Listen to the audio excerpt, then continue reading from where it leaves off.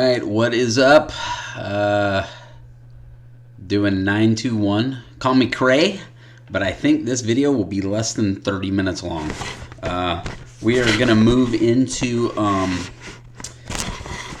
two variable inequalities, which we'd already sort of addressed in some of the other videos. But now, instead of just talking about something that might look, let's see, oh, that was a party foul. Oh, gee. Let's see if I can save this or if I'm going to have to go through the whole thing again. Yeah, I see me not sort of falling apart here. How did everything go so south so quickly? Okay. So we're looking at a two variable inequality. And just to sort of talk about what that means, if I can do this here. When we were looking at earlier, okay, we were just looking at a number line. We were just looking at the x-axis. We were totally ignoring the y-axis. So now we're going to introduce the y-axis when we look at this. So essentially, there's a couple thoughts going on here. Oh my God, why won't it let me do it? Driving me crazy. All right, so what we're going to do here is we're going to graph on this, and instead of it being like x is greater than or equal to 3, where we just go over on the number line and make it go in one dimension, we're going to make it go in two dimensions. So we're going to be looking at stuff like y is less than or equal to 2x plus 3. And it's so easy. Really not very difficult at all. Essentially, what we're looking at is we're just going to graph the line, y-intercept of 3 with the slope of 2 over 1. Now we need to determine if it's a solid line or if it's a dotted line. And what does that mean? Well, when we looked at something like this or like this, we said that was going to be a closed dot because it was true and it was a solution. So same thing. We're just going to make a solid line that goes through. So in this case, we're just going to sort of connect these things, and we are going to make a I'm sorry, I'm just admiring my relatively straight line right there. It took me by surprise. We're going to go ahead and make a solid line. Now, what if it had looked like this? Well, in one dimension, again, this is 1 and 2 dimensions. In one dimension, we put an open circle. Well, we can't really put open circles. That doesn't make a lot of sense. We're not going to do that. But what we can do is do a dotted line. So if it ends up being equal to, we'll do a solid line. If it ends up being less than or equal to, it's going to be a dotted line. And just like in one variable, these are boundaries. It's a point in one variable. It's a line in two variables. Sometimes the variable, sometimes the boundary ends up being true. Sometimes the boundary ends up being false. But it still blocks correct and incorrect answers. So that much pretty simple. The next thing we need to ask ourselves is, well, now that we have all this, what about are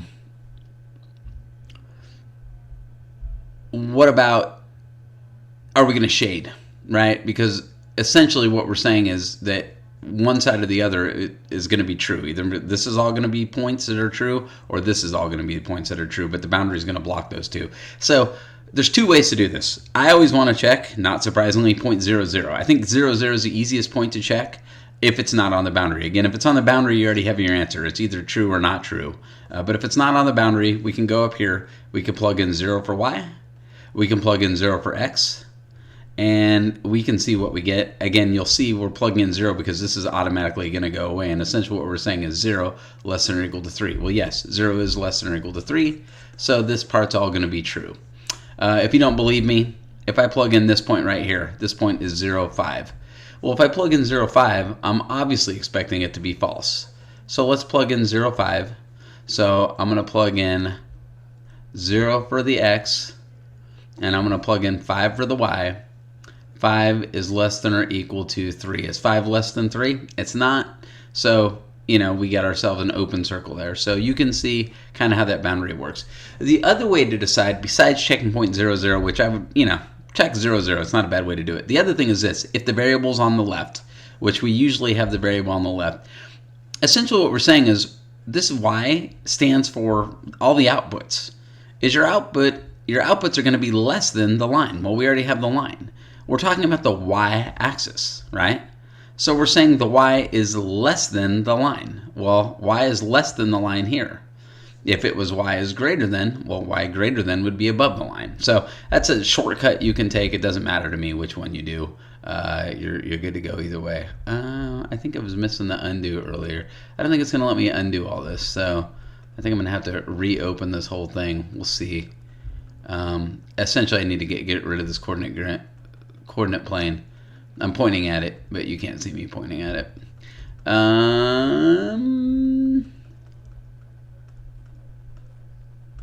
Goodness. Alrighty. That was fast. So, now what we're going to look at is, alright, we're going to graph y equals negative 2x plus 3. I need that coordinate plane, but it's kind of a pain to get rid of, so I don't really think I need it here. We're going to go down 2 over 1, right? And we get this line. And it says, hey, is negative 1, 5 part of that? Well, it looks like it could be. How can I confirm it? Well, again, I can plug in 5 for my y and negative 1 for my x. 2 plus 3 is 5. So yeah, we know negative 1, 5 is on this line because of two things. One, it ends up being on the graph. And two, we can use algebra to prove that. So what about 2, negative 1? Well, again, 2, negative 1. Essentially what I'm going to do is I'm going to plug in negative 1 for my y. And I'm going to plug in 2 for my x.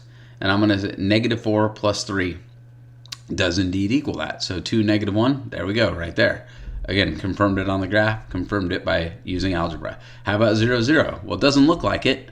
So when I go over here, if I plug in 0, 0, it better be false, right? And negative 2 times 0 is 0. That's, by the way, that's negative 2 times 0 plus 3 is what that is right there. That's probably not obvious. Hopefully you're following along. So 0 plus 3, 0 doesn't equal 3, so we get it false. So if the point's on the line, it's true, and algebra will confirm it. If the point's not on the line, it'll be false, and algebra will confirm it. If the point's close to the line and we're not quite sure, we should probably defer to the algebra. The algebra is always going to be precise. The graph isn't always going to be precise. So what determines if a point lies on the line? Well, algebra equaling each other or the graph. Now, graph a linear two-variable inequality. Essentially, what happens when we graph y is less than or equal to negative 2x plus 3? So let's get this bad boy back. Y is, greater than or equal to negative 2x plus 3. Greater than, I'll tell you, the first thing to go is your short-term memory. Greater than or equal to negative 2x plus 3. Greater than or equal to negative 2x plus 3. If I made a mistake, sorry, but let's do this problem anyway. All right, so my y-intercept is 3. I go down 2 and over 1. Is this a solid or a dotted line? Well, I'm guessing it's a solid line because it says equal to here. So I know all of these points on this line are true. If I plug in 0, 3, I expect it to be true. Negative 2 times 3 is negative 6 plus 3 is negative 3. There we go. If I plug in negative 1, I expect to get 1. If I plug in negative 1, I get positive 1. What am I talking about? If I plug in positive 1, I should get 1. So negative 2 plus 3 is 1. That is true. If I plug in 2, I should get negative 1. Negative 4 plus 3 is 1. So you can see all the points on this line are true. That definitely ended up being true. The question is, am I going to shade below it or above it? So the first thing I'll ask you to do is try and do that shortcut. Like, okay, well, it says y is greater than. So I'm going to shade greater than the line. Well, here's the line. Here's y. Is y greater up here or is y greater down here? Well, obviously y is greater down here. So, I'm sorry, up here. So I'm going to use that shortcut. I don't know what I did here to screw this up, but I'm going to use that shortcut to guess that this is right. And I'm going to go in and confirm it by checking point 0, 0. And obviously I expect 0, 0 to be false. So 0 is greater than or equal to negative 2 times 0 is 0 plus 3. Hey, is 0 bigger than 3? It's not. It's false. So here we have our boundaries. That's true. So we feel pretty good about that. And again, I'm going to have to one by one delete all this. I probably got to find a better way to do this. I don't know. I need this coordinate plane, but it sucks having to go through it that way. So any questions on that? I don't know. I'm not even going to really read all this stuff because obviously I didn't exactly teach it the way the book is suggesting. I was supposed to give you a poster and points or something. I don't know. Anyway, what else can you learn about solutions of linear inequalities? Yeah, there's the sticky dots in the posters. Essentially, hey, my y-intercept appears... Oh, yeah, this is the answer that we just came up with, right? Seems like it. So I guess... what if an entire region on the graph were shaded like the ones at right? Oh, I guess, I don't know. We jumped ahead or something. I don't quite understand what's happening, and I don't really care. I know that a question that I want to answer is coming up, so I'm going to discard this. I'm going to reopen this, and I'm going to jump ahead to the part that I do want to talk about, which is, here. What if we changed it to negative 2x plus 3 instead of negative 2x less than or equal to? Well, hopefully we all recognize that it would be the exact same thing, but we would have a dotted line, right? I guess this is a different problem because the other one was greater than, right? Am I imagining that? I'm going to have to check this and maybe chunk this video. But this is obviously the equation here. I'm not sure if the other one was. Like I said, I might actually have to go back and sort of change that. I don't know. Kind of unfortunate.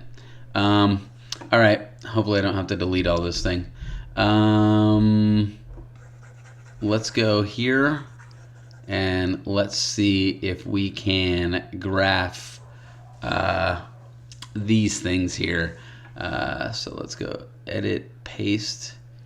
I need to go up further. So trying to edit, paste.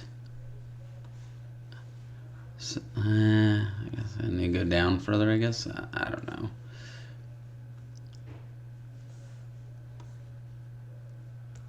Yeah, it doesn't really let me move it. I think I can see enough of the coordinate plane to graph this, so let's just go with it. I've already wasted enough time on this video. Anyway, so if I look here, my y-intercept is negative 1. My slope is down 1 over 3. Down 1 over 3. I'm going to use a dotted line because it doesn't say equal to. It looks like I'm going to shade above. And just to confirm that, I'm going to plug in 0, 0 to see if it's true. 0 is greater than negative 1. And again, you can see the beauty of plugging in 0. This goes away because anything times 0 is 0. So 0 is greater than negative 1. 0 is greater than negative 1. And I shaded 0, 0, so I'm good. I feel pretty pleased about that. So I am going to move on to B. And on B, my y-intercept is 2. I need to go up 4 and over 1, which means I need to go down 4 and over 1. So you can just imagine me going up 4 and over 1 off the picture. It's a solid line, so I'm going to put that thing there. I'm going to shade below the line. So again, I would expect 0, 0 to be true. I'll plug in 0 is less than 2. 0 is less than 2. I shaded 0, 0. I'm pretty happy about that. Let's go to C. My y-intercept is 3. And again, I'm going to go up 5 over 2, so you can imagine me going down 5 and over 2. I would have a point up there somewhere. So down 5 and over 2. Again, going to be a dotted line. Oh, that was unfortunate. Again, I'm going to shade below. This is kind of unexciting because 0, 0 always ends up being true of it. Anyways, I expect 0, 0 to be true. 0 is less than 3. That is true. So I'm pretty happy with what I got there. So I'm going to go ahead and go to the last one. And you can see the last one isn't in slope-intercept form. So probably it's in standard form. I could go ahead and put a point at 2.5 and put a point at, I guess, negative 5, it looks like, would be my guess. And it looks like it's going to be a solid line. Let's go ahead and confirm that. So 2x minus y is less than or equal to 5. Minus 2x minus 2x. Minus y is less than or equal to negative 2x plus 5. I'm going to divide by negative 1. So that means my inequality is going to switch. I'm going to get, oh, that's right. I can't just assume. I'm in standard form, not slope intercept form, so I don't know which side I'm going to shade yet. Anyways, I get 2x minus 5. I'm down at minus 5, up 2 over 1, up 2 over 1, up 2 over 1. I'm pretty happy with what I graphed. It's a solid line. Last thing, now I'm in y-intercept. I don't really know what side I'm going to shade here, but here I know I'm going to shade above. And again, I would expect 0, 0 to be true. 0 minus 0 is less than 5. That is true. I did shade 0, 0. So I feel pretty good about this. That worked the way that it wanted. And let's see here. Learning log, I guess write in what you want. I happen to think this is pretty easy because it has so much in common. Again, the big takeaway here, instead of a solid line, instead of a closed circle, we're going to use a solid line. Instead of a open circle, we're going to use a dotted line. That's really what we're talking about. You can plug in 0.00 at the end to see if it's true. Shade it if it is. If it's false, shade the other side. Or you can use that trick. Again, this means you're going to shade below. This means you're going to shade above. But just remember, if you're going to use this trick, the Y needs to be by itself and on the left. Let's see. Hopefully this was less than 30 minutes, and hopefully I didn't screw up that one problem. I need to go back and check.